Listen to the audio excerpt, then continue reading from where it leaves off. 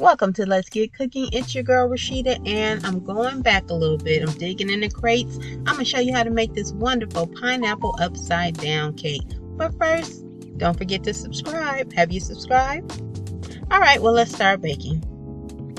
So for this cake, I'll be using some cake flour, sugar, sour cream, a couple of eggs, of course, a can of pineapples, some maraschino cherries, some butter, a little bit of vanilla, baking powder, baking soda. Let me show you how to make it. First, I'm going to start off with my dry ingredients, and I just want to take my flour, put it in a bowl, and I'm adding the baking powder and baking soda and a pinch of salt. So right now we have 1½ cups of cake flour, or all-purpose flour is fine, 1 teaspoon of baking powder, a ½ teaspoon of baking soda, and a pinch of salt. And I just want to give that a quick stir with my whisk, make sure everything is well combined. Next, I'm going to get another bowl and I'm going to start the wet ingredients. Before I get started, I want to make sure to preheat the oven to 350 degrees so the oven will be ready when the cake is complete. Right now, to make for the wet ingredients, I am taking my softened stick of butter and 3/4 cup of sugar, and I'm going to go ahead and mix those for a few minutes. Not as long as I would mix it if I were making a pound cake, but I do want to mix it definitely for about 2 or 3 minutes until they are well combined, well incorporated. So I'm going to mix the sugar and the butter for a couple of minutes. Want to try to make sure we get some of that granular graininess out of the sugar. It makes a difference in the final cake. So as I'm mixing this, next, I'm preparing to add in 2 eggs, 2 large eggs, and they should be also room temperature. Always, the rule of thumb when baking is you want to have your butter, your eggs, your milk, whatever you're using at room temperature.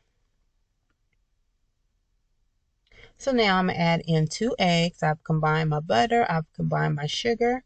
Of course, I speeded it up for the video, but I did take about 2 or 3 minutes to do that. Adding in the eggs one at a time, just to make sure each egg is fine, is clean, it's good to go. Once I add in those eggs, I'm also going to then add in my teaspoon of vanilla.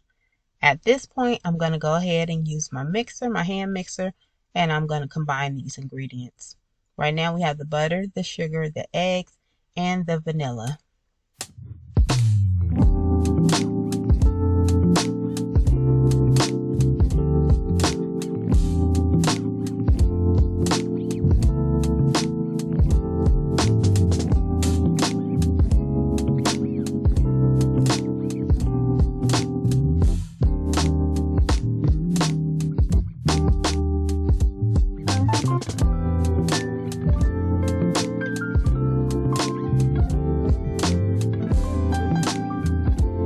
Okay, the cake batter is almost done, but we have a few more ingredients to add.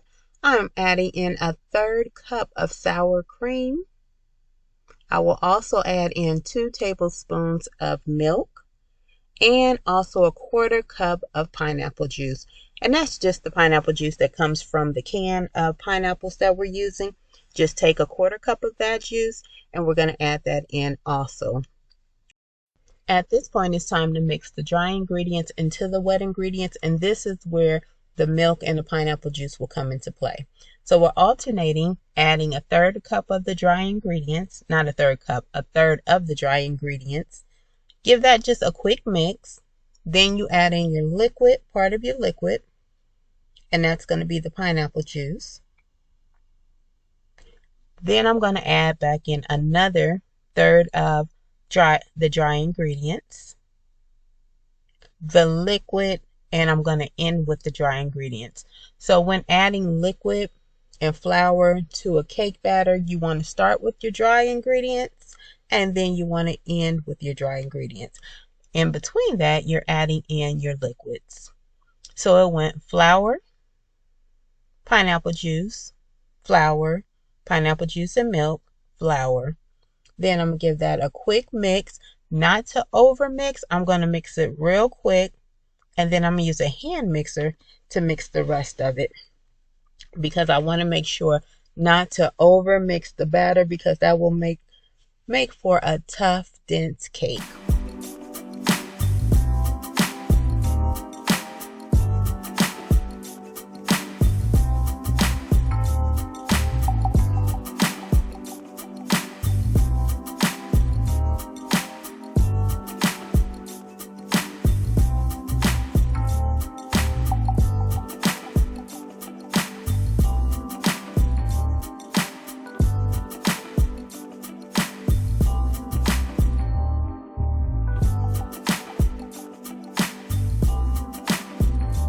Now my cake batter is done. I'm going to set that to the side and get ready to put on that delicious brown sugar pineapple glaze. Starting with the cake pan, I want to add in my butter. And I'm using a half a stick of butter. Now what I'm telling you is actually me tweaking the recipe. We're going to use a half a stick of butter, and we're going to use a cup of brown sugar. I did want a little more glaze on top of my pineapple upside down cake. It was good, it was delicious, but it could use a little more glaze. So I'm going to make it on this end, and you want to use half a stick of butter, and you want to use a cup of brown sugar.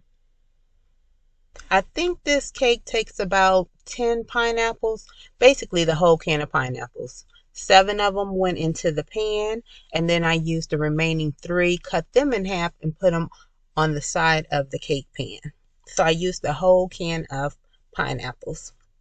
But for the topping, 1 stick of melted butter, 1 cup of brown sugar, and then I'm just going to layer in the pineapples and the maraschino. Hope I'm pronouncing that right. Cherries, those sweet, sweet cherries. So from here on, I'll let you watch the process of just how I lay out the pineapples, add in the cherries. On top of this, we're going to get that cake batter, pour it on top, spread it out, and get ready to put it in the oven. Here goes the process.